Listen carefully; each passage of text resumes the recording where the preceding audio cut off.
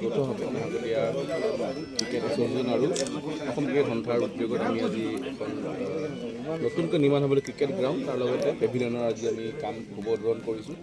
এক বছৰ ভিতৰতে কাম সম্পূৰ্ণ কৰা হ'ব আৰু অহাবাৰ যি আমাৰ APCC বুলি আমি কওঁ অসম প্ৰিমিয়াৰ ক্ৰিকেট লীগ, সেই খেলখন যি আমাৰ লোকেলভাৱে অনুষ্ঠিত হয় এই ডিচেম্বৰত আৰম্ভ হয়।